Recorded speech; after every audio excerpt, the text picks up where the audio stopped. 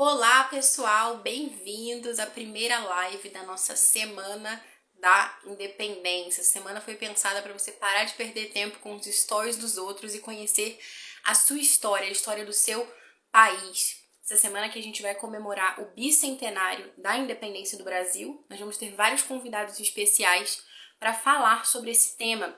E a nossa primeira convidada é a Bia, que já deve estar entrando aqui, a gente teve um probleminha no áudio.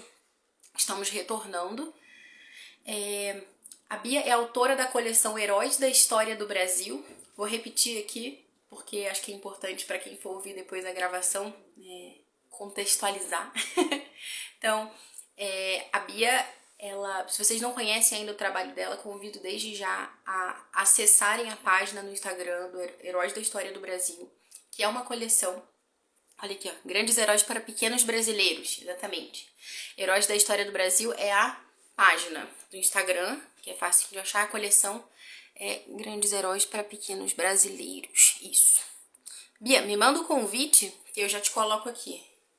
Também tô meio perdida. Bom, gente, há, sei lá, décadas, esse país não via livros que realmente valorizassem os nossos heróis e falando com uma linguagem rica, com ilustrações bonitas, de um modo muito especial para o público infantil. Aqui, pronto, já tem o convite. E está fazendo de abertura dessa Semana da Independência, voltada para os pais, para os adultos. Então, esse tema para a gente se preparar e celebrar essa semana do bicentenário por dentro de tudo que está acontecendo, aprofundando, porque, infelizmente, nós não conhecemos a nossa própria história, não é isso? E por isso que a gente não celebra, né? Porque a gente não sabe o que celebrar, infelizmente. Então, para que a gente possa celebrar sabendo o que a gente está celebrando, é por isso que a gente precisa realmente retomar esse caminho de conhecimento próprio também, né? Porque, como dizia Ortega y Gasset, eu sou eu e a minha circunstância. Se eu não conheço a minha circunstância, eu não sei muito bem quem eu sou, enquanto brasileiro mesmo. Então, Bia, quero agradecer por você ter aceitado o nosso convite. Eu, como mãe, já li o primeiro livro da coleção sobre a Princesa Leopoldina, a princesa que amava o Brasil, para o meu filho. Foi uma experiência maravilhosa, muito enriquecedora para mim, pessoalmente. Eu lembro que quando eu cheguei na parte ali da independência, enquanto eu lia, meu olho já enchia d'água. Então, eu quero agradecer, de fato, por esse trabalho, por esse serviço ao Brasil. E não só um livro publicado, alguma coisa assim, mas é realmente uma missão, uma vocação muito bonita. Quero te agradecer por você ter dito sim a essa missão, também o sim à nossa live.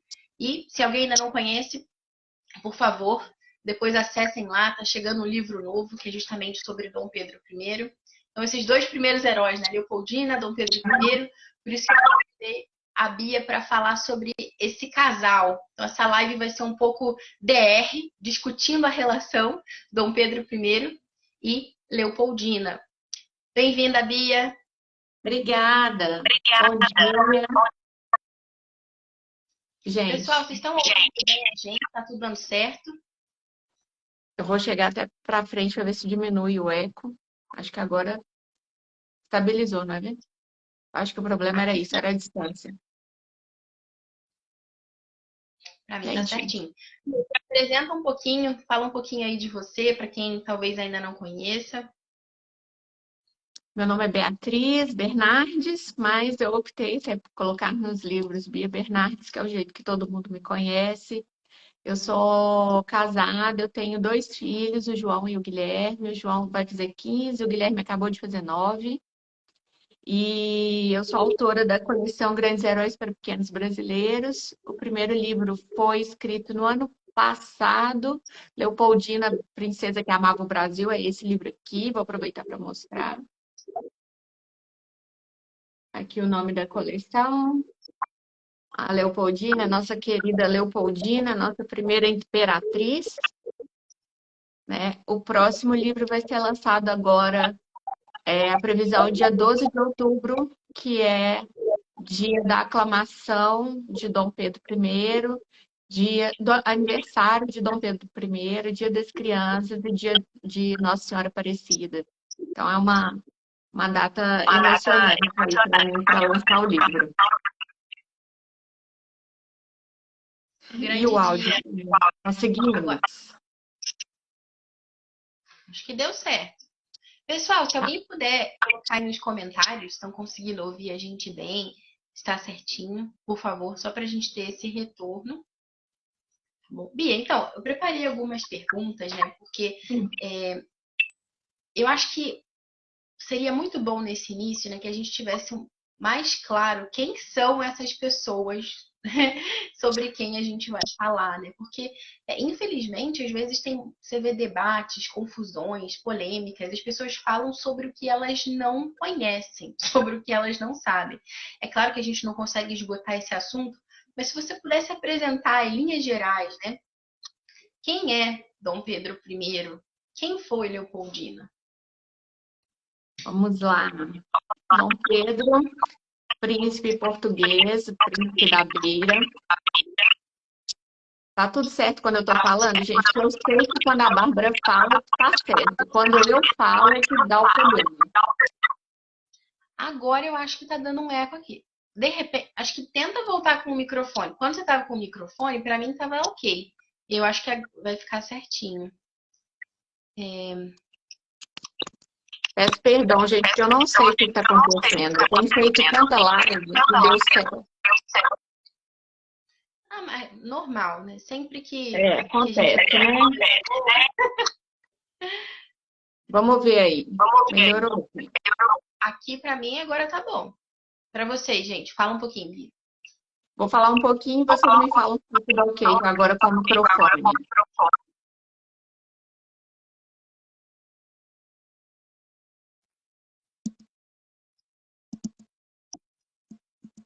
Ambas? Não, eu tô falando. Vocês Tudo estão me bem? ouvindo? Calma, você está me ouvindo?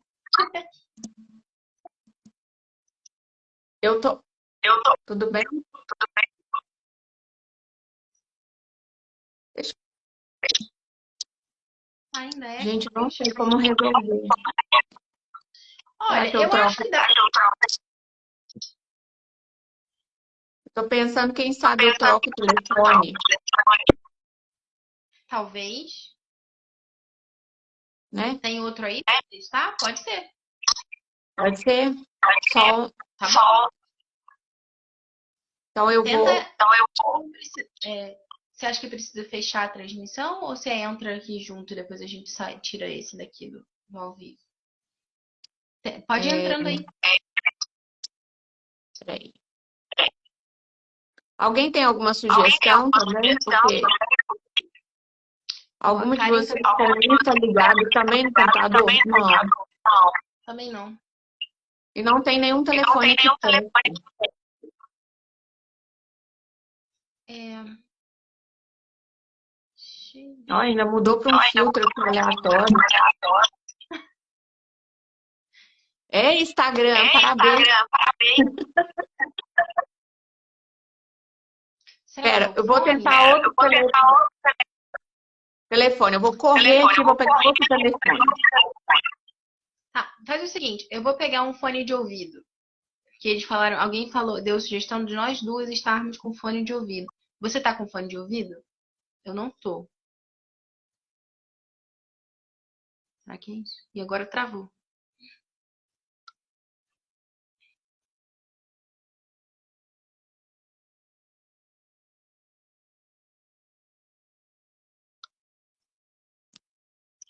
Gente, Eu tô com fio ainda por cima. Ah, meu pai. Peraí, vamos recomeçar. Peraí. Tem fone. Você tá com fone de ouvido, Bia? eu tô pedindo para o meu marido trazer. Vocês me aguardam só um instantinho. Peraí. Tá, eu vou pegar um fone de ouvido também. Isso. Oh, gente, paciência aí, só um minutinho, tá? Vamos resolver.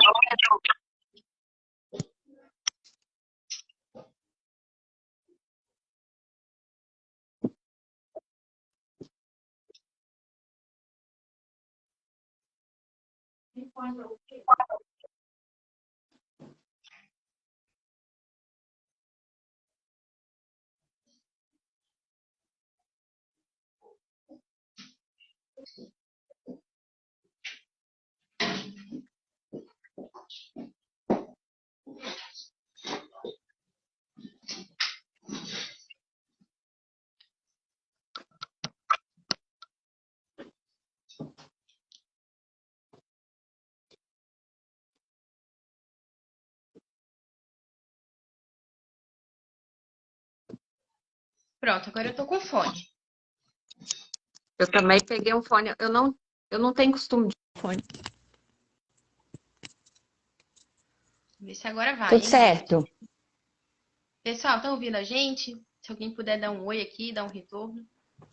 Fala um pouquinho, Bia, para testar aí o áudio. E aí, tudo melhorou, gente? Aqui tá perfeito. Tá, aqui para mim também tá sem eco. Só preciso que alguém confirme aí pra gente. Agora tá perfeito. Pronto, maravilha. Ah, Então, ótimo. Vamos vamos retomar. retornar lá. Vamos. A gente ia falar sobre Dom Pedro e Dona Leopoldina, dar uma introdução para quem sabe mais ou menos, ou não sabe nada, ou se sabe, vai, né, aqui confirmar quem foram eles, onde eles nasceram. Acho super válida essa introdução, viu, Bárbara? Achei muito bom você me pedir que eu fizesse essa introdução, porque realmente, assim, a gente tem contato, principalmente material didático, né, quando a gente é novo, e aí o que que acontece? As coisas são muito en passant, né? Elas são jogadas assim nos livros, os professores citam, mas de fato não falam da origem desses personagens, que foram pessoas de carne e osso, que viveram, é, é, que sentiram, que se frustraram, que tiveram defeitos, que tiveram atos heróicos. Então, assim, pessoas de verdade como nós, que ora acertam e ora erram. Bom, vamos falar um pouquinho de Leopoldina. Leopoldina nasceu em 1797, em Viena, na Áustria. Ela vinha de uma linhagem muito nobre, de uma realeza, digamos assim, bem diferenciada, assim, com bastante prestígio na Europa, que era os Habsburgo. A família de Leopoldina tinha muitas mulheres, e a Áustria usava muito o casamento para de certa maneira, se proteger de determinadas situações e para também alcançar mais prestígio. A gente vai falar aqui, gente, eu vou só lembrar, a Bárbara falou bem no começo, essa não é uma live para crianças. Claro que isso você vai julgar aí até certo ponto. Tem muita criança que gosta de me assistir, tem criança que assiste o conteúdo que eu faço, mas eu deixo bem claro que o conteúdo é para o adulto repassar, filtrar, fazer a filtragem antes, porque a gente vai falar sobre um relacionamento, né? Então, que essa live realmente é para os pais, para os professores que querem conhecer melhor Leopoldina e Dom Pedro. Então, vamos lá.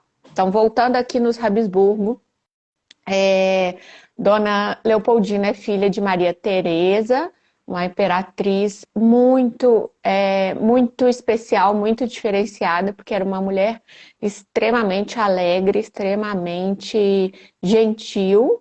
Eu acho que ela passou muito isso para Leopoldina. Ela tratava muitas pessoas assim com desde os criados, né, dos vários palácios. Eles não tinham só um palácio, tinham vários palácios muito opulentos. O palácio em que Leopoldina nasceu tinha mais de 1.200 quartos. Então, assim, estão todos lá, viu, na Áustria. Se alguém for à Áustria, for a Viena, procure saber. Leopoldina, incrivelmente, não é tão conhecida na Áustria, mas há registro dela, de várias coisas dela lá. O quarto em que ela passava a maior parte do tempo, no castelo de verão de Schönbrunn, tá lá também. Então vale a pena visitar. Porque a Áustria ela tem uma tradição, vou até explicar porque pode ter soado estranho, porque ela não é tão conhecida, porque a Áustria tem um apego muito grande com uma das imperatrizes, chamava Sissi, e era uma imperatriz muito bonita, muito vistosa, tem uma história trágica, né? Enfim, então a Áustria ficou muito ligada à história da Sissi, e de fato, a linhagem Habsburgo, ela era, era enorme, né? E aí nós estamos falando da família primária aí de Dona Leopoldina, eram muitas meninas, né? Tinham meninos também, mas eram muitas meninas. Então, a maneira dos Habsburgos de colocar a Áustria numa situação favorável era pelos casamentos mesmo, né? Pelos arranjos entre nações aí. Então, a gente fazia.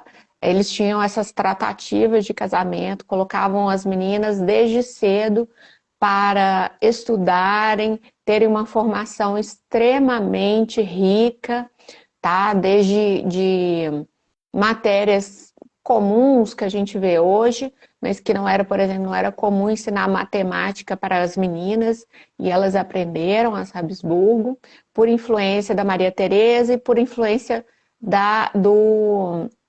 do Francisco I, que era um imperador extremamente sensível, eu diria assim, com um temperamento melancólico, e a Maria Teresa bem sanguínea, assim, bem extrovertida, e eu acho que foi um contraponto muito bom aí na vida da Leopoldina ter contato com os dois, né? A Leopoldina fica órfã cedo, a Maria Teresa morre e o pai se casa novamente, a madrasta passa a ser uma figura materna muito, muito importante na vida da Leopoldina. Vai com a Leopoldina aí até um pouco mais da adolescência, depois ela falece também. Então, assim, a vida nesse tempo era muito difícil. Então, uma grande referência que a Leopoldina teve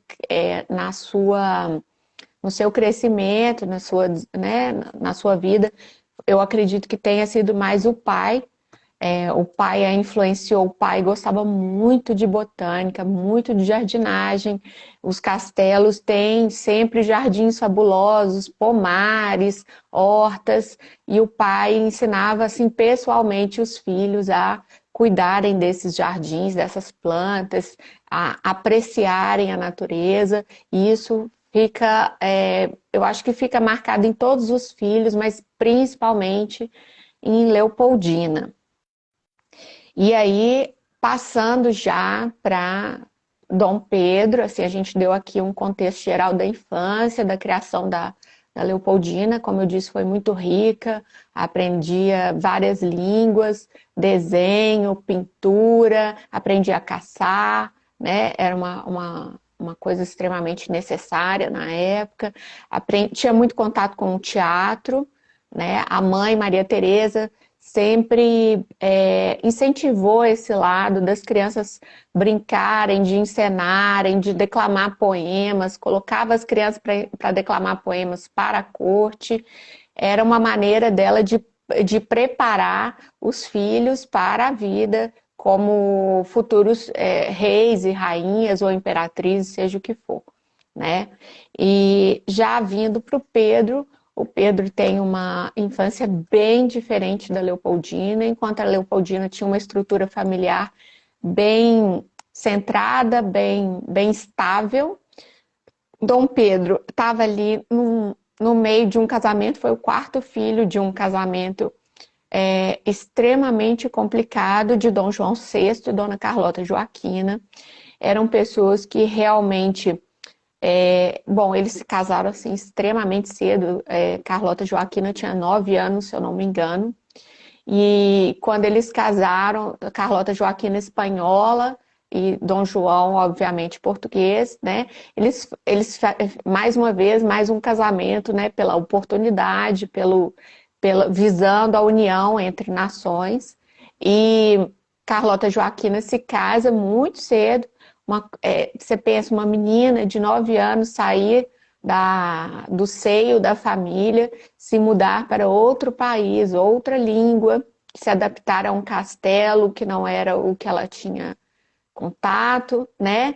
E aí eles aguardam que, de fato, Dona Carlota tenha uma demonstração de que ela virou mulher, né? Então, para que o casamento seja consumado. Então, a gente tem aí toda uma espera de anos de Dom João esperando que Carlota, como ele era mais velho, que Carlota atingisse aí seus 15, 16 anos, eu acredito que foi mais ou menos com 15, que ela tenha de fato tido a sua primeira menstruação e aí eles tenham consumado esse casamento. No início eles tinham uma relação quase que infantil, tá? Assim, de brincadeiras. Dom João sempre muito carinhoso. Dom João tinha um temperamento muito dócil, muito gentil, um homem extremamente religioso, muito católico, convivia muito com freis, com padres, tinha essas pessoas como seus conselheiros, tá? E assim, numa relação muito íntima mesmo, assim, os padres que conviveram com Dom João e conviviam na sua intimidade mesmo. Eu digo assim, até dentro dos seus aposentos particulares. Então, já Carlota Joaquina era uma pessoa de um temperamento colérico, explosivo, era uma menina extremamente inteligente, e aí vive bem nos primeiros anos do casamento, e depois as coisas começam realmente a ficar complicadas, o temperamento dela fica muito complicado, quando Dona Maria, sua sogra, Dona Maria I, né, de Portugal, que foi chamada primeiro de a Piedosa, depois de a Louca, né, que é como a gente mais conhece ela aqui no Brasil. Quando ela adoece mentalmente, o príncipe que seria o príncipe filho de Dona Maria, que seria que estaria na sucessão natural, ele morre, então a responsabilidade cai no colo de Dom João de ser príncipe regente, ele não estava preparado para isso, né? Então, por isso, assim, uma certa hesitação num primeiro momento em pegar essa responsabilidade toda pelo temperamento dele introvertido e pelo... Nós vamos deixar gravado, né, Bárbara? O pessoal tá pedindo. Vamos sim, fiquem tranquilos. E aí, Dom João, esse de temperamentos com que Dom Pedro é criado, né? Um homem extremamente introvertido e quieto, uma mulher extremamente explosiva, ambiciosa, que queria o lugar de Dom João, tá? Desde o momento em que ele se torna príncipe regente, a Carlota tenta durante a sua vida, Carlota tenta várias vezes derrubar Dom João, o próprio marido. Então era um clima muito instável, até que em certo momento eles vão viver em castelos diferentes e Dom Pedro passa a morar com a avó e com o irmão Miguel, que depois vai ser seu grande rival, né? No Palácio de Queluz. Dom João se isola num convento, Dona Carlota em outro castelo, e as crianças ficam ali vivendo com os criados, com os tutores, enfim, até no Palácio de Queluz, até que eles, pressionados por Napoleão Bonaparte, né, que devido ao bloqueio continental, ele fala, olha, vocês têm que parar de fazer negócios com a Inglaterra, né? E aí Portugal fica numa situação muito difícil. Dom João logo de primeira aí pega uma situação muito delicada, que era a pressão da França para que ele aderisse ao bloqueio, para que ele não fizesse mais comércio, e de outro lado a Inglaterra, né? Dizendo a Portugal, nós somos seus grandes aliados, então não dá para a gente cortar essa relação. Dom João fica aí num impasse, resolve por vir ao Brasil.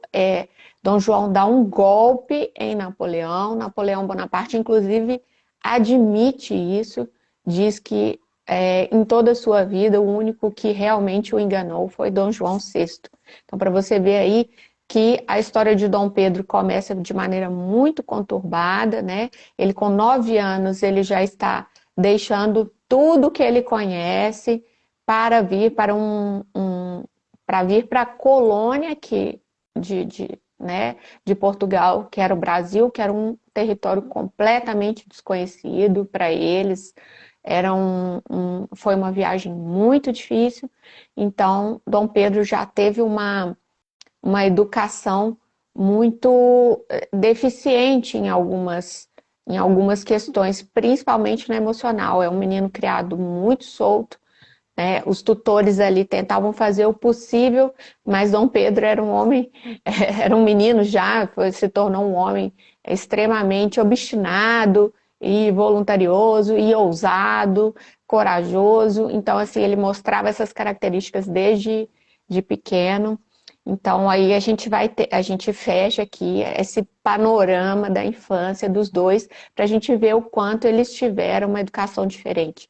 Dom Pedro com uma educação, como eu disse, um pouco deficiente também no que diz respeito às lições, né, a matéria de fato que foi passado para ele, o ensino que foi dado a ele, porque a gente estava lidando de novo com uma situação muito peculiar que era de uma corte e de uma família real transferida totalmente para um lugar completamente diferente do que até então eles tinham vivido.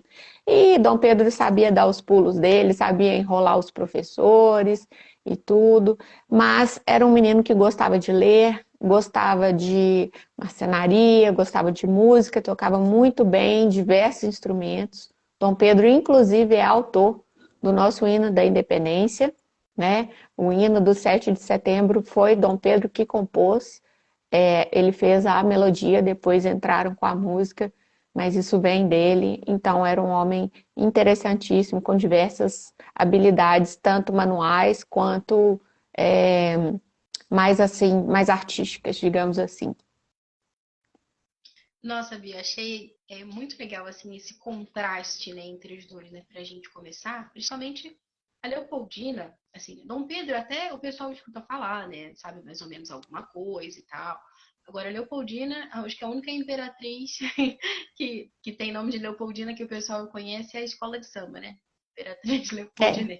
Porque, que é por causa é, dela, né? Imperatriz Leopoldinense, sim.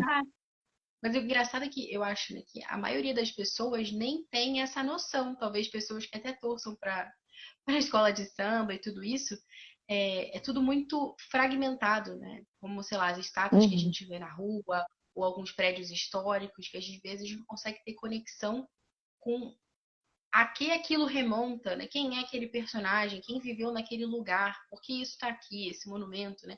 A gente passa ignorando as coisas. E são iniciativas como essa, né, sua, por isso te agradeço muito, né, que vão abrindo os nossos olhos. Então, quando você falava, eu também achei interessante esse paralelo entre a mãe de Dom Pedro I, né, a Rota Joaquina, com ele, né, porque ela aos 9 anos mudou completamente a realidade da vida dela, foi para um outro lugar e tudo, e ele também, né, aos nove Sim, anos, né, bem interessante, porque ele, ao que isso. parece, tinha uma personalidade também um pouco parecida, né, com a dela, Sim, nesse sentido. sim. Eu considero Dom Pedro um colérico, mas era uma pessoa extremamente sentimental, era um bom pai, era uma pessoa emotiva, sabe? Eu acho que Dom Pedro, a palavra que mais o define é passional, sabe? Era uma pessoa movida realmente a paixões, não no sentido de relacionamentos também, mas assim, Dom Pedro era muito obstinado, é, muito proativo, digamos assim, para usar um termo mais, né, mais atual. E a gente também tem uma deficiência aí do Dom Pedro de amor mesmo. Ele recebe muito pouco amor na infância. A Carlota Joaquina uma, tinha uma predileção bem aberta pelo irmão Miguel, que, ao que tudo indica, tá? Não era filho de Dom João, porque eles passaram anos sem ter relacionamentos e ela continuou a ter filhos. Então, isso prejudicou bastante, assim. Eu acredito que Pedro, eu considero, assim, Pedro um sobrevivente, sabe? Assim, e como ele tinha um lado muito alegre também, era muito simples, um homem muito simples em todas as circunstâncias da vida de Dom Pedro. A gente vê a simplicidade dele, como ele tratava as pessoas. Ele, quando menino aqui, ele brincava com os meninos da corte, mas brincava com os escravos também. Se sujava todo, se esfolava todo, estava sempre aprontando. Então é um menino assim bem comum, sabe? Assim, bem comum. Teve uma criação de príncipe, mas ao mesmo tempo num contexto muito diferenciado, né? Porque não estavam ali fechados em grandes castelos. Agora Dom Pedro já estava vivendo perto do mar, perto das matas, brincando em fazendas. Eles iam muito para a fazenda de Santa Cruz. Então, assim, foi uma infância muito diferenciada, enquanto Leopoldina teve essa formação acadêmica centrada, é, é, também tinha esse contato com a natureza, mas aí a gente está falando de Viena, na Áustria, com um inverno muito rigoroso, né? Um outono rigoroso, um inverno extremo, e aí ele já aqui em climas mais amenos. Então, vamos pular, vamos dar um salto aqui para a gente, né, dar conta de entregar o maior conteúdo possível. A gente tem aí as tratativas do casamento, né? O que que acontece? A Áustria começa a procurar pelo que seria o casamento ideal. Já tinham casado Maria Luísa, que era irmã de Leopoldina, casaram inclusive com Napoleão Bonaparte, e foi uma coisa muito difícil para eles, porque a Áustria foi invadida várias vezes por Napoleão. Eles temiam e odiavam Napoleão, e ao mesmo tempo eles não encontraram solução, a não ser casar a irmã mais bonita, mais viçosa, digamos assim. Maria Luísa era uma mulher encantadora, era a melhor amiga de Leopoldina, sem dúvida. Foi a irmã Maria Luísa, e eles casaram com Napoleão. Felizmente para Maria Luísa, assim, ela teve um relacionamento bom com ele, até onde a gente pode inferir. E então você vê assim o nível de complexidade, né? Você imagina a dor no coração de Francisco, que era de fato um bom pai, um imperador, casar sua filha querida com um imperador cruel, sanguinário, né? Com excêntrico, com bastante particularidades, e teve que casar a filha, porque nessa época a gente fazia o que era necessário se fazer e não o que queria, né? Então, assim, a gente vê muito pelo lado do povo, assim, nossa, o povo era muito sofrido, e as pessoas tinham uma distância muito grande entre o povo e a realeza, mas eu considero que ser da realeza fosse, em grande parte, até mais difícil do que ser povo nessa época, sabe? Porque você abria mão das suas próprias escolhas para atender o que a sua nação precisava. Então, quando o imperador Francisco I começa a procurar, né, começa a avaliar ali, junto com seus conselheiros, quem seria o melhor casamento para a Leopoldina. A Leopoldina já estava até um pouco desenganada, ela já estava meio que achando que ia ficar encalhada. Ela escreve para a irmã isso, ó, parece que não vai ter jeito. Papai me prometeu aqui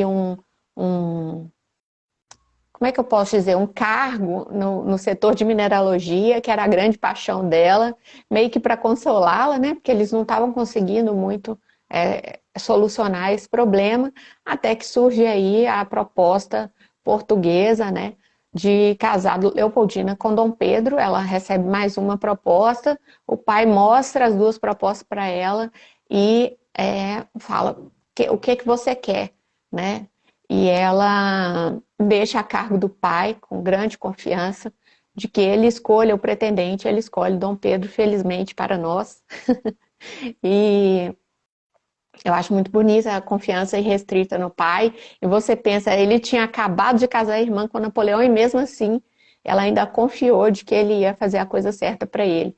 E Leopoldina tinha uma ligação com os trópicos, com o Brasil, com tudo que era desconhecido, justamente porque, desde pequena, porque justamente ela tinha uma curiosidade muito grande, era uma menina extremamente curiosa, gostava de pesquisar, gostava de saber tudo sobre fauna, sobre flora. Então, para ela vir para o Brasil foi assim, meu Deus, que coisa exótica, que coisa sensacional. Ela veio, de fato, assim, bem empolgada. E aí, durante as tratativas, né, a gente tinha, como não tinha foto na época, era comum que se mandasse miniaturas pintadas, tá? Para a gente ver, para que o outro pudesse ver o rosto, né, do pretendente. E essa miniatura vem aí, eu conto no livro, né, na Leopoldina, como que foi. Chega aí um colar maravilhoso com pedras deste tamanho, assim, uma coisa muito impressionante mesmo.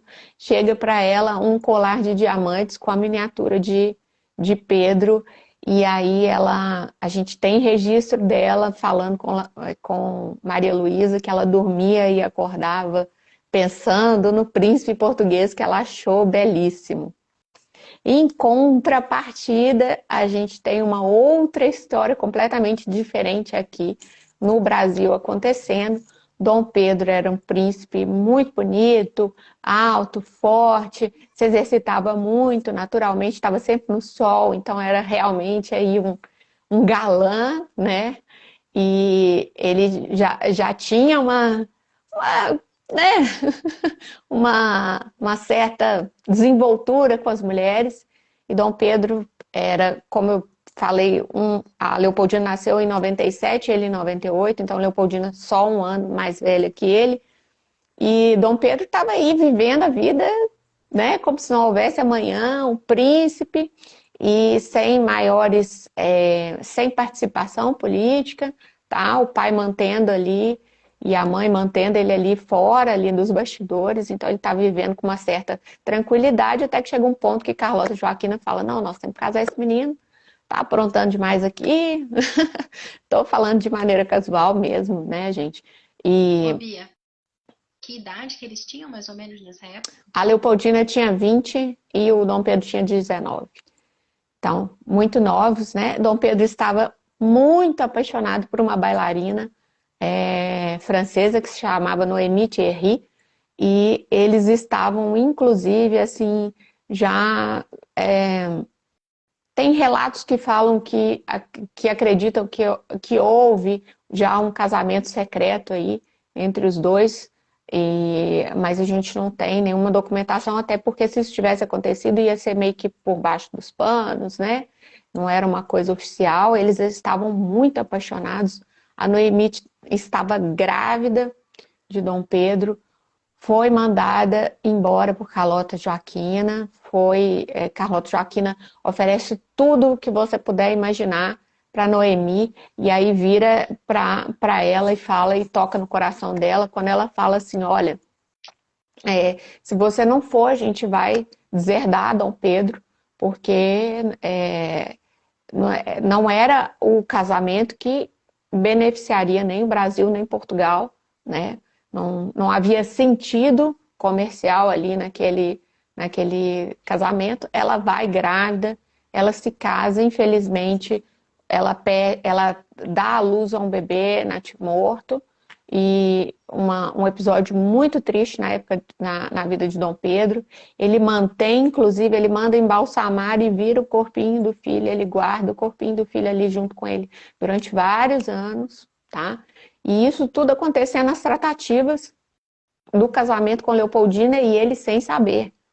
Então, esse é um dos primeiros mitos que as pessoas têm, né? Nossa, Dom Pedro rejeitou Leopoldina imediatamente porque ela era feia e etc. Pode ser que ela não fosse exatamente o ideal de beleza dele. A gente vê pelas pessoas que passaram pela vida dele, pelas mulheres, que ele tinha uma certa predileção aí pelas mulheres morenas, né, de cabelo escuro e pele mais branquinha. Então, assim, aquele não era exatamente o tipo físico que Dom Pedro mais apreciava, porque Dona Leopoldina tinha um cabelo louro, os olhos muito azuis, muito branquinha, né, aquela linhagem austríaca mesmo.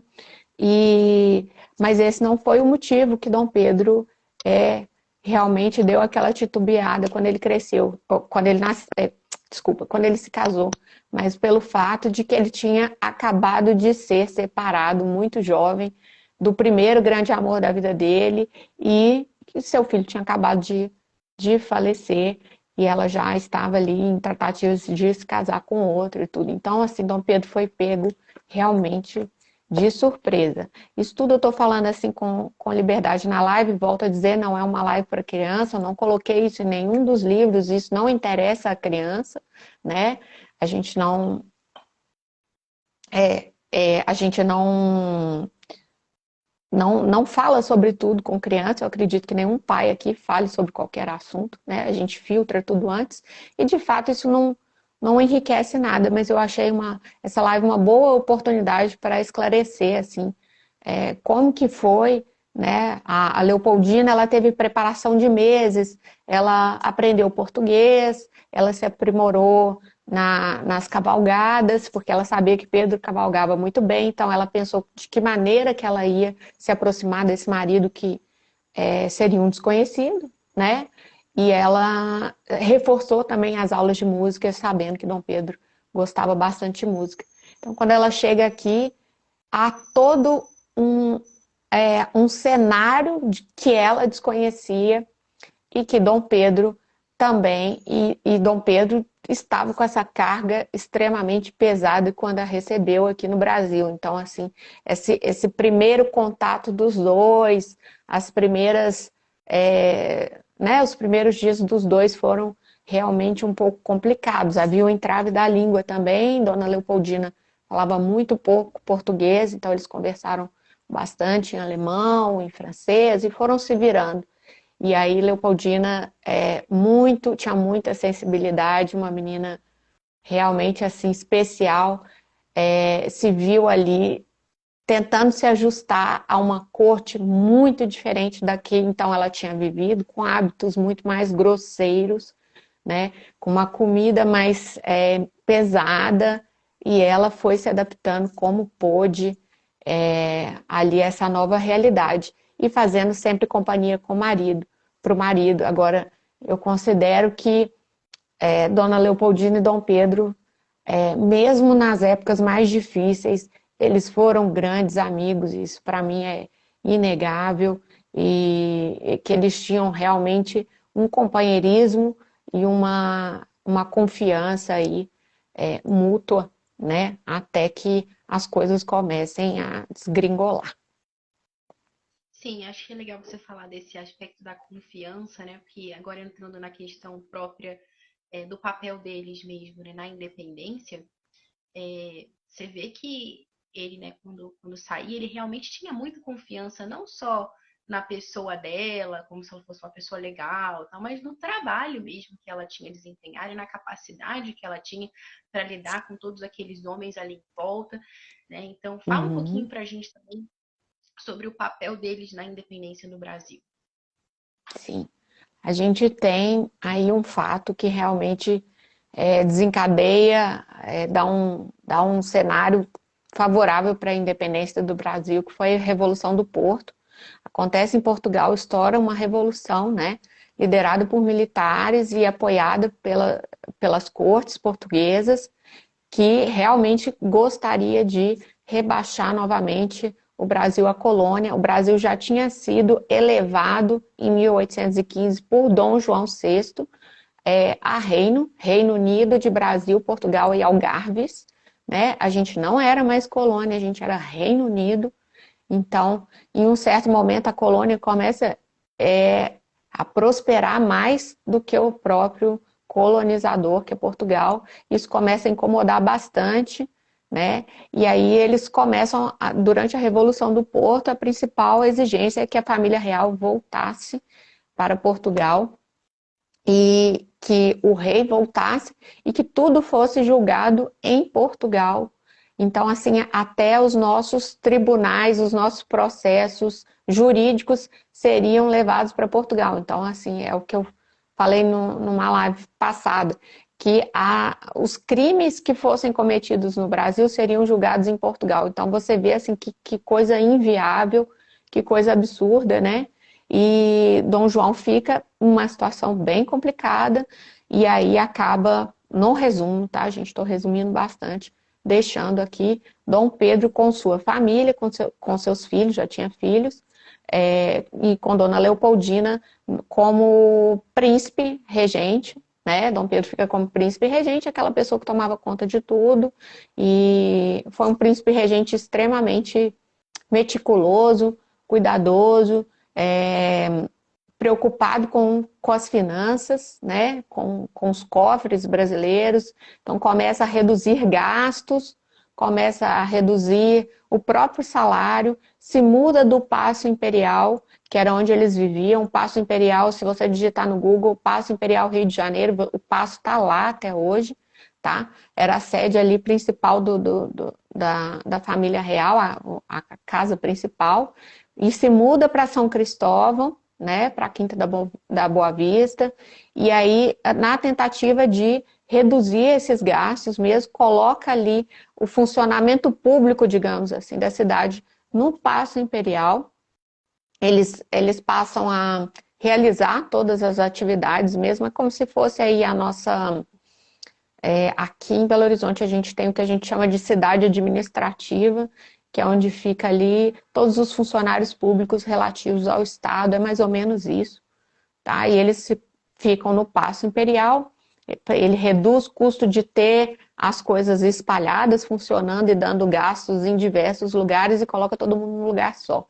O Dom Pedro é extremamente responsável nesse sentido.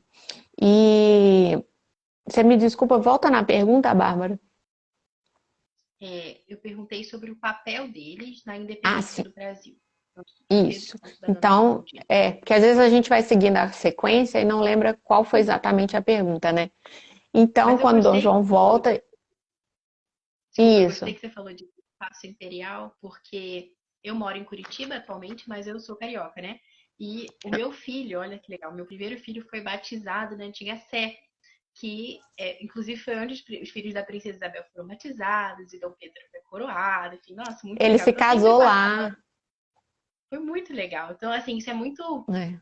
faz muito sentido biograficamente para mim também, porque eu passei por esses lugares, eu não sabia que eles tinham morado no Paço Imperial. Muito legal. Sim, logo ali em frente, né? A gente tem um convento ali da ajuda ali na frente também. Dona Maria está enterrada ali.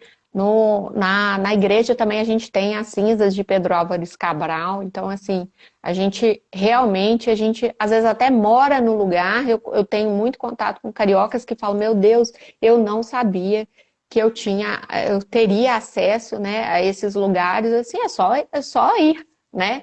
Tudo gratuito. Então, realmente, assim, a gente tem que procurar saber mais assim do que tem. Foi o que eu disse. Então, as cinzas de Pedro Álvares Cabral lá. E a gente tem o Rio de Janeiro, eu considero, para esse período imperial, é a cidade mais rica, né? Depois nós temos Petrópolis também, que aí faz mais referência ao segundo reinado.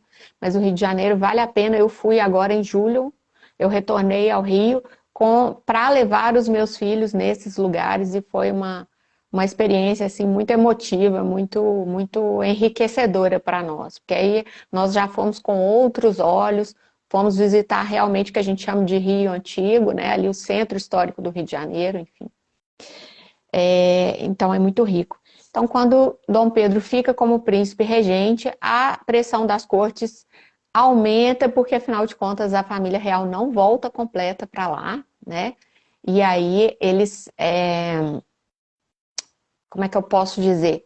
Eles começam a subir o tom e falar, olha, Dom Pedro é muito inculto, ele precisa viajar mais, precisa fazer cursos, precisa conhecer a Europa, isso é extremamente ofensivo, toca aí na ferida de Dom Pedro, porque Dom Pedro, quando se torna pai, ele fica extremamente preocupado com a educação dos filhos, né? Ele delega muito isso à Dona Leopoldina, que em contrapartida era extremamente culta, e a gente vê várias vezes ao longo da vida os pedidos reiterados assim de Dom Pedro para que os filhos estudem e não sejam como ele foi, assim. Então, não estou dizendo que Dom Pedro não tinha cultura, mas que realmente, em comparação à primeira esposa dele, Dona Leopoldina, realmente ficou uma defasagem clara, né? Na visão dele.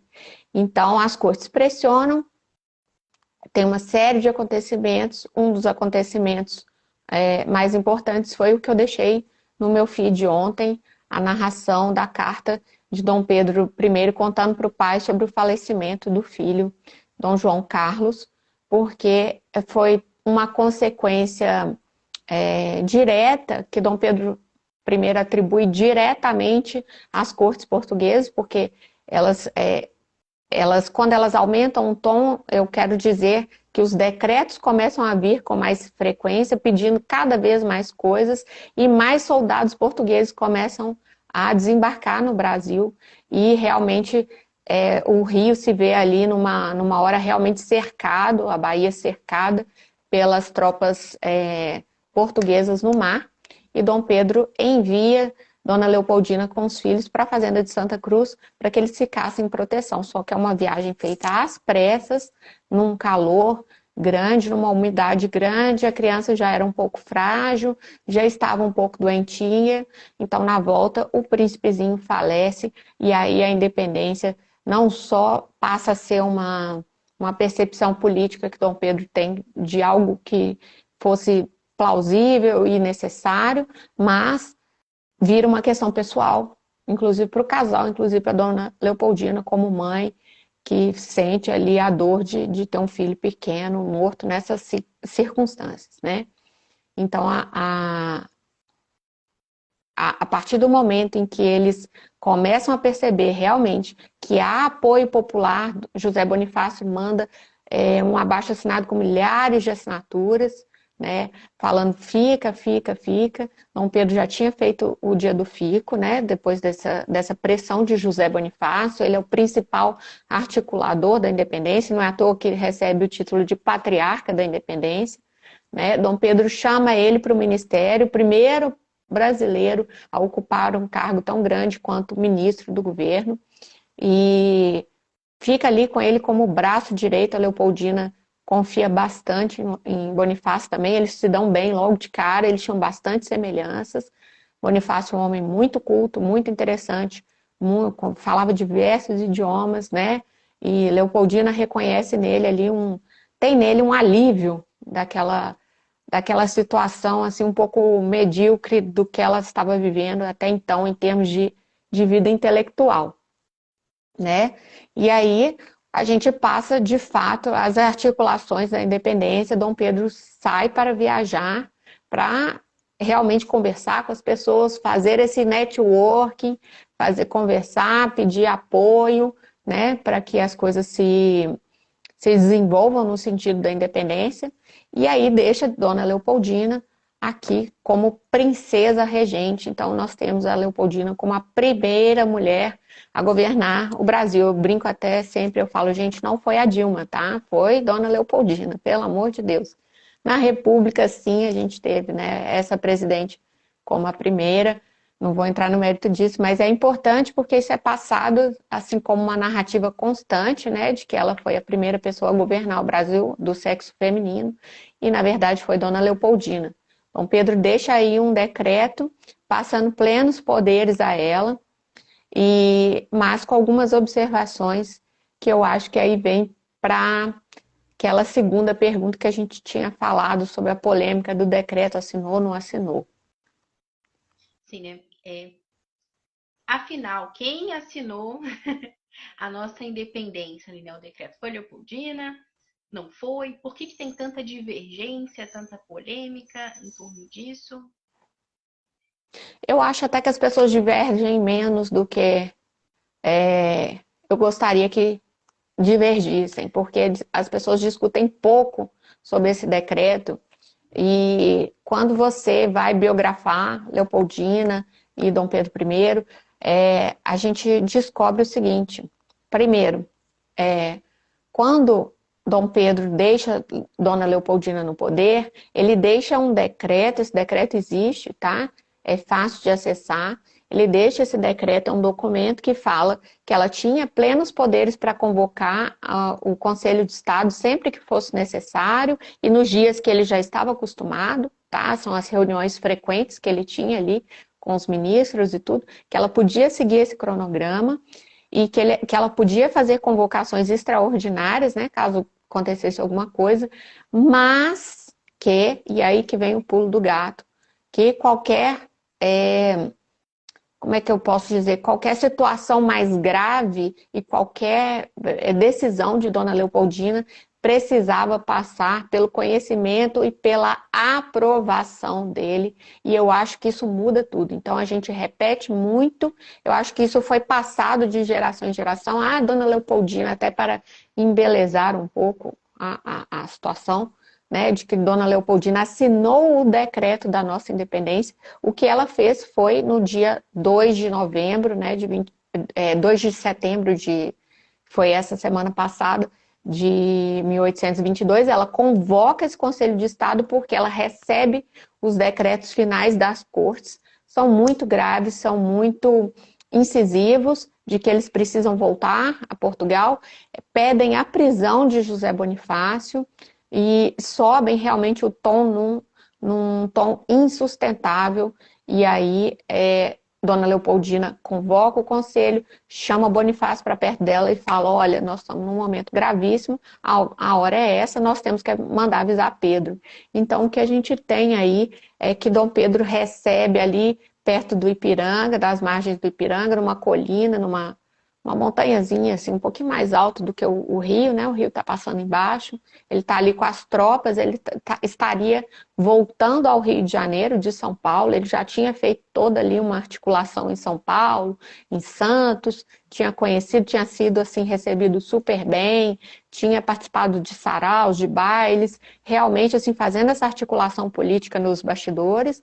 E aí Leopoldina escreve uma carta para ele, falando sobre a gravidade do momento. Bonifácio também provoca realmente Dom Pedro, assim, no sentido de, olha, é agora ou é nunca. Eles já decretaram a minha prisão, eles já te chamaram de rapazinho novamente, que era um modo pejorativo com que as cortes se referiam a Dom Pedro, e aí mandam que ele realmente, que esses decretos se cumpram, e aí fica insustentável. Ele recebe esses decretos também, então tem essa diferença, não é o decreto da independência que ele recebe, é o decreto das cortes, o último decreto das cortes, porque era enviado sempre, né, e que ele vê a gravidade do momento, e ali ele está com o padre Belchior, que viajava com ele como conselheiro, como padre a quem ele se confessava, né, como amigo pessoal, e está ali com uma tropa reduzida, né, e ele lê, fica furioso, ele se aconselha com o padre Belchior, isso há uma certa divergência. O padre Belchior afirma que ele de fato se aconselhou com ele, mas a gente também não sabe até que ponto isso é verdade. Ninguém quer duvidar de um padre, mas a gente tem relatos diferentes. Então, de que Dom Pedro realmente tomou a decisão sozinho, e tem um relato do padre que fala que Pedro pergunta o que fazer, e ele fala: olha, está evidente de que a gente tem que optar pela independência agora, né? Então, isso não importa, porque a figura do padre continua lá, é uma figura bastante apagada da nossa história. Eu acho que isso tem razão de ser. As figuras religiosas estão sendo as mais atacadas e vieram mais apagadas ao longo do tempo. Acho que quanto mais o tempo veio passando, mais foram tirando a participação de homens religiosos da nossa história, tá? E aí Dom Pedro declara independente o Brasil, volta, e aí a gente tem depois todo o trabalho de transformar o Brasil de fato em nação independente. Várias guerras, né, assim, dentro do Brasil mesmo, acontecendo entre brasileiros e portugueses, entre portugueses que queriam a independência, portugueses que não queriam a independência, muito quebra-quebra, várias situações assim de guerra, fora o trabalho diplomático que eles tiveram que fazer, porque ainda precisava que as nações reconhecessem o Brasil como independente. Então, Dona Leopoldina fica ali muito também nesse trabalho diplomático, de pedir para o pai, que tinha grande influência na Europa, né? Dom Pedro vai ali e fica ali negociando com a Inglaterra. Então, assim, a independência não foi só no dia 7 de setembro, ela tem todo um pós, que é muito trabalhoso, tanto para Dom Pedro, quanto para Dona Leopoldina, quanto para José Bonifácio. Ô, Bia, acho que foi no seu Instagram que eu vi também recentemente que Dom João VI teria dito para Dom Pedro que ele preferia perder o Brasil para ele do que para esses. Como foi? Conta um pouquinho. Esses aventureiros, né? Porque assim, quando o Dom Pedro e o pai entram num consenso de que a família de Dom Pedro ia ficar, a Dona Leopoldina estava grávida, e eles falam, não, Dom Pedro vai, depois você vai. E ela fala, não, não separo do meu marido. E ele fala, não deixo meus filhos e minha esposa. Opa, desculpa. E aí a gente tem. Eu me perdi porque o troço balançou aqui, Não, imagina, minha cabeça ele foi lá. sobre Ah, esses Dom afetos. João, Dom João. Então, quando eles têm uma reunião privada, né? Eles têm uma reunião privada que o Dom João fala, olha, meu filho, de fato eu vou voltar, você fica, né? Eu acredito sim que Dom João já tenha em perspectiva a independência, a possibilidade da independência, tá? De que isso acontecesse. E essa é uma frase que também é muito repetida, mas a gente não tem registro disso, assim, formal, tá? Tem uma carta que eles falam, Dom Pedro escreve e relembra o pai de que ele falou isso, mas eles precisavam escrever em códigos, em coisas que dessem a entender, porque essas cartas eram sempre interceptadas. Então nós vamos lembrar aí que Dom João está em Portugal, está do lado inimigo de Dom Pedro, né? Você vê a complexidade da independência. Dom Pedro, um príncipe português, né? Com o próprio país natal contra ele, é, querendo diminuí-lo, né? A todo custo, negar a sua participação, negar a sua interferência no Brasil e voltar a fazer o Brasil a ser uma colônia. Então, Dom Pedro também escrevia, fazia muito um jogo de cartas para que Dom João entendesse o que estava acontecendo, mas que se a carta fosse interceptada, é, isso não desse total interpretação para quem a pegasse.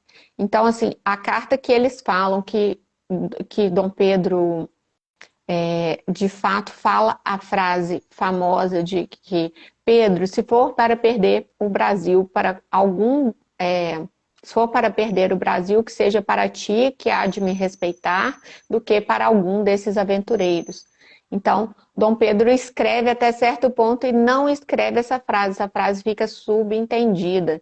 Então, a gente não tem, de fato, assim, um registro formal dessa frase, mas é uma frase bastante possível que tenha acontecido, né? Porque quando ele deixa aqui, eu acho que é o segundo grande golpe de mestre de Dom João, porque ele leva assim a coroa para Portugal, mas deixa o resto da coroa no Brasil, de maneira que ele tem ali um certo controle, né? Não entrega o Brasil de bandeja para as cortes.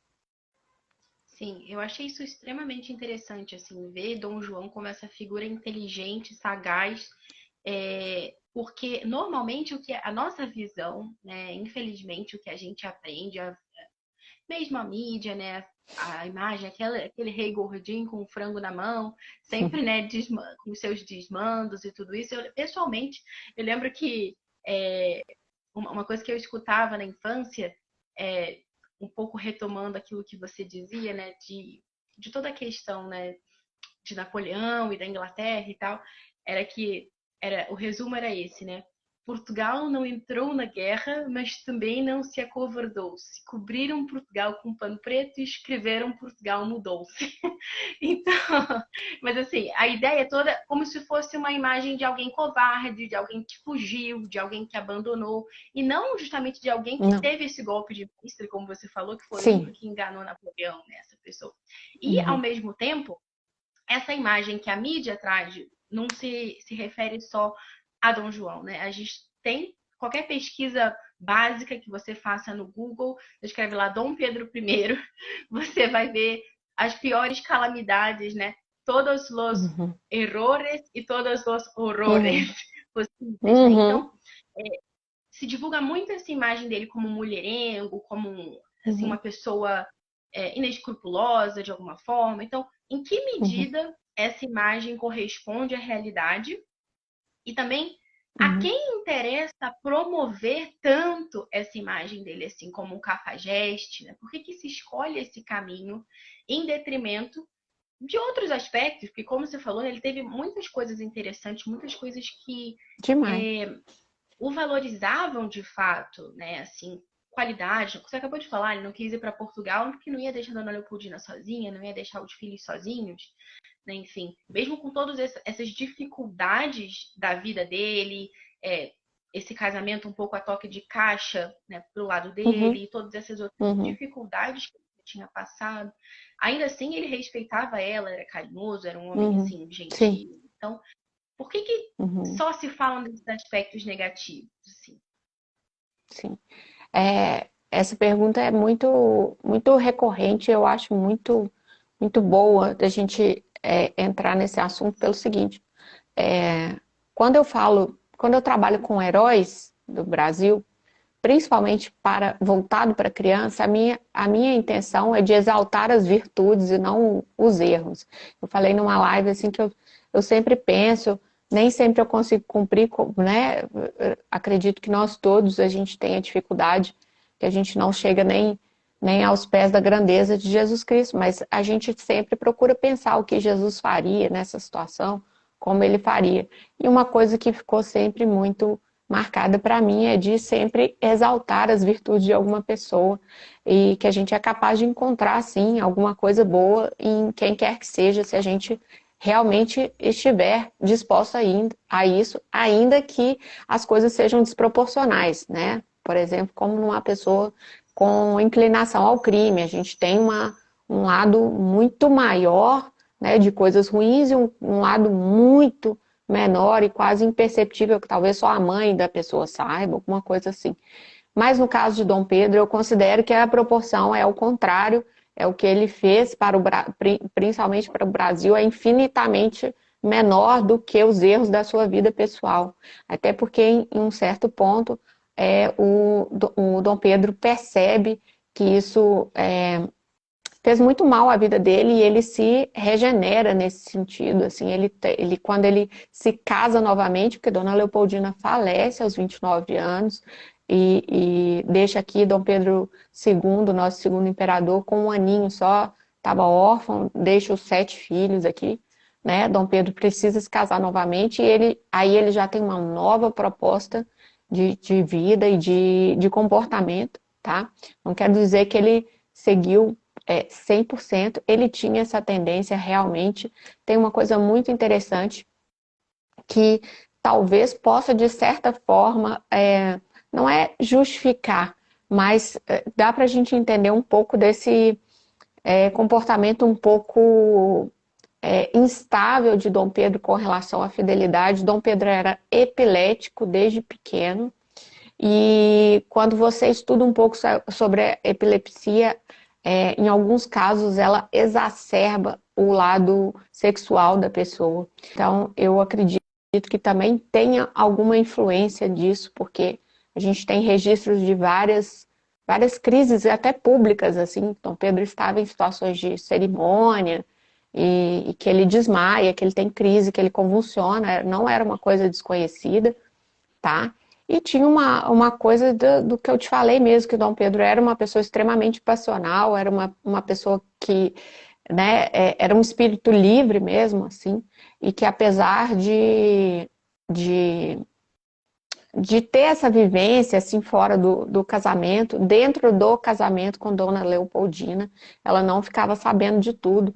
Ela, de fato, e ele continuava ainda sendo aquele marido principalmente amigo, sabe? Companheiro, não tanto pelo lado marido-mulher mesmo, mas a gente vê, eles foram casados durante 9 anos, eles tiveram 7 filhos, né, que sobreviveram, e então a gente infere também que eles tinham uma vida conjugal, sim, produtiva e normalizada dentro do possível. Mas o fato que muda tudo assim no comportamento de Dom Pedro foi quando ele conheceu a Marquesa de Santos, né? Quando ele viaja nessa viagem aí da independência, ele viaja para São Paulo e para Santos, ele conhece a Marquesa, realmente é uma atração instantânea de um pelo outro. A Marquesa era divorciada, já tinha filhos, e Dom Pedro vai trazendo cada vez mais ela para perto até que ela passa a morar ali na, na corte deles mesmo, passa a ser camareira-mor de Dona Leopoldina, que é uma pessoa que, pela função, teria total acesso até aos aposentos particulares da esposa, né, da Leopoldina. Isso tudo gera muita revolta, mas a gente tem que entender também o contexto histórico que as coisas aconteceram. Eu não estou passando pano para Dom Pedro, eu estou colocando as coisas como eram, tá? E aí, com a Marquesa de Santos, realmente, quando ela vem para essa convivência, a Leopoldina já toma conhecimento mesmo, num segundo momento, não no primeiro, de que tem algo estranho acontecendo e começam as fofocas, o povo já sabia. Dom Pedro tem filhos com com a Marquesa de Santos, que é a Domitila, né? Domitila de Castro, e aí a Leopoldina realmente começa aí um calvário bem extenso para ela, tem registros de cartas dela chamando a Domitila de canalha, né? Ela se refere a ela como a canalha, que realmente está destruindo a vida e ela morre profundamente abalada com isso tudo. Então, em certo ponto, é justificável sim que a gente olhe Dom Pedro com esse lado, né? Mas quando se fala de feitos para o Brasil, para a história, sem Dom Pedro a gente não teria independência e ponto. Isso não há como divergir, tá?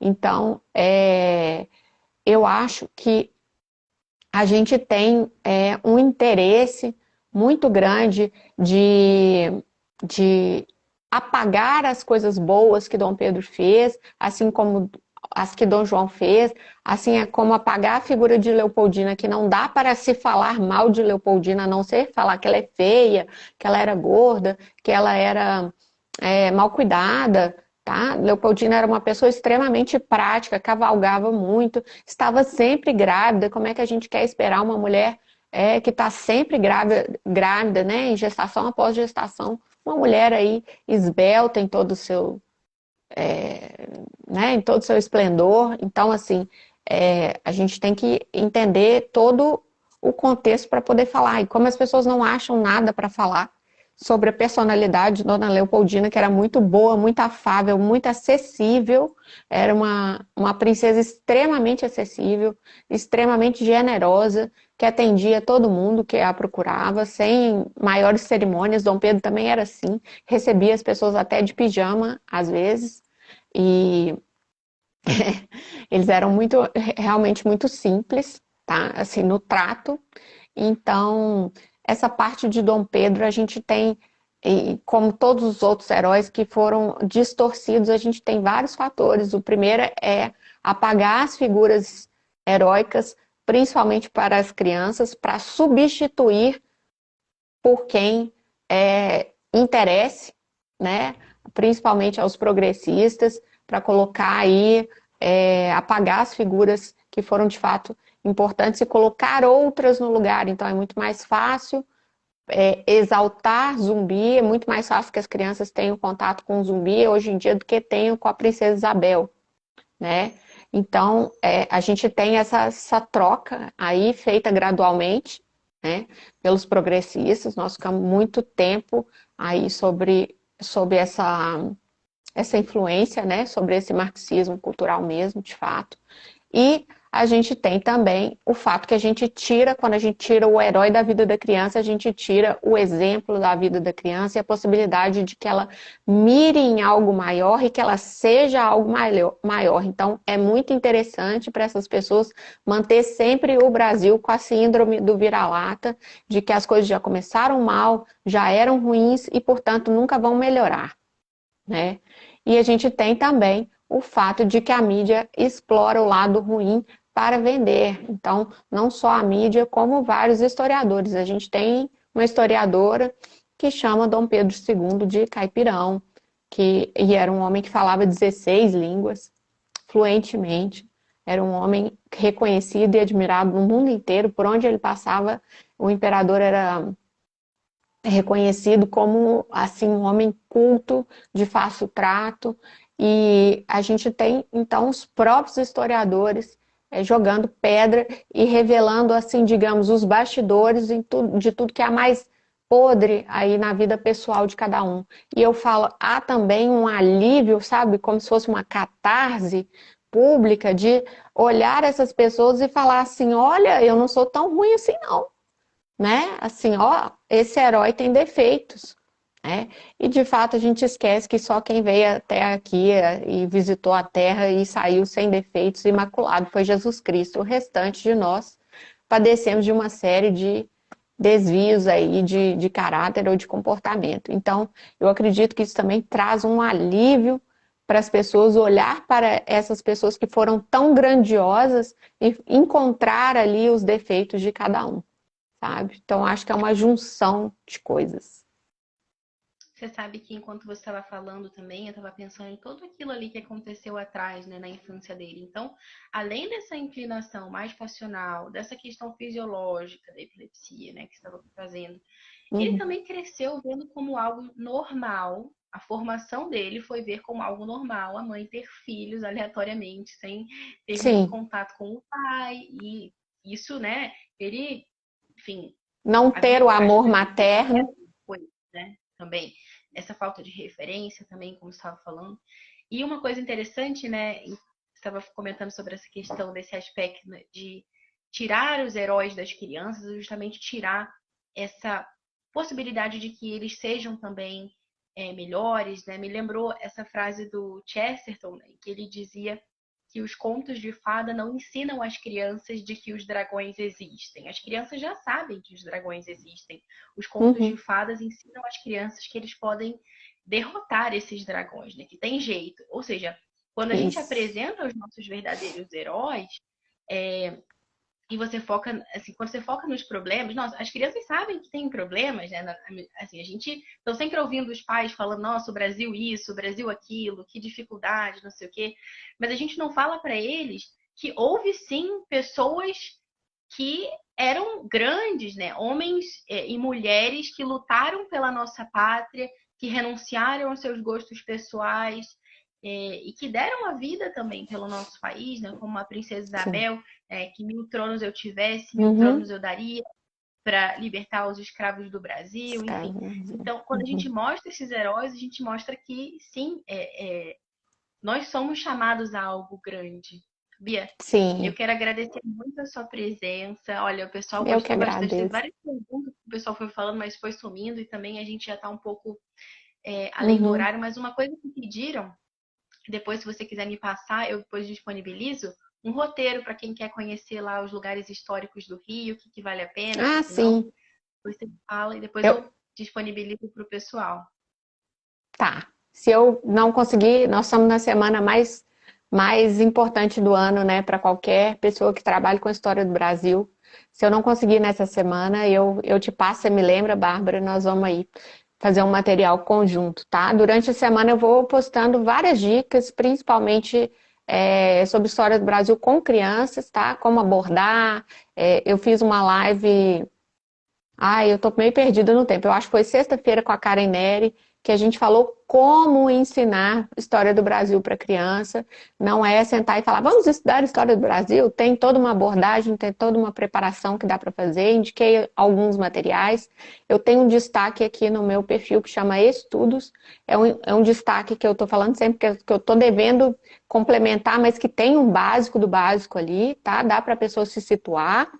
Eu queria te agradecer, Bárbara. Foi uma live muito assim gostosa para mim, porque eu pude falar sobre o aspecto que eu gosto mais, que é a personalidade, a biografia. Foi por isso também que eu escolhi trabalhar com biografia. Eu me identifico muito mais com as questões psicológicas e as questões familiares das pessoas, né, que fizeram os atos heróicos do que os atos heróicos em si. Eu não sou uma professora de história, né, mas eu sou uma apaixonada pela história do Brasil e aí eu me senti na obrigação de resgatar, realmente começar a tentar resgatar esses heróis um a um para a gente poder dar às nossas crianças e a nós mesmos o senso de que nós fomos grandes e que podemos ser grandes de novo, tá? Então eu queria te agradecer de coração. Eu que agradeço. Até com relação a isso, né? A gente gosta aqui na academia bastante de uma educadora chamada Charlotte Mason, e ela Uhum, sempre fala, né, que para crianças pequenas, mais do que você focar em acontecimentos uhum, históricos e coisas assim, é muito interessante você dar a conhecer uma pessoa. E através do uhum. relacionamento com aquela pessoa, você compreende aquele Isso, tempo. Por que a gente não sabe isso, datas, coisas históricas, coisas que passaram? Por que a gente esquece tudo que a gente aprendeu? Porque a gente não teve de fato um relacionamento com aqueles personagens. E é isso que isso. você tem trazido, tem ajudado tanto. Sim, muito bom. É. Então fica Gente, aí muito obrigada. também, Bárbara, só para finalizar, porque essa semana, até o final da semana, eu estou lançando um livro que pode ser lido por adultos também, não que o Leopoldino não possa, mas o foco não é infantil, tá? É uma colaboração, é um livro de contos e de poesias sobre heróis da independência. Então, chama Histórias da Independência, tem participação do Dr. Ives Gandra, da Ângela Gandra, de grandes nomes aí. Eu estou muito honrada com esse projeto. Infelizmente, o livro não consegue chegar para mim até o dia 7 de setembro, mas eu espero que até sexta-feira já esteja à venda aí, do mesmo jeito que vocês compram aqui no meu perfil o link direto do Leopoldina, vocês vão poder comprar o Histórias da Independência.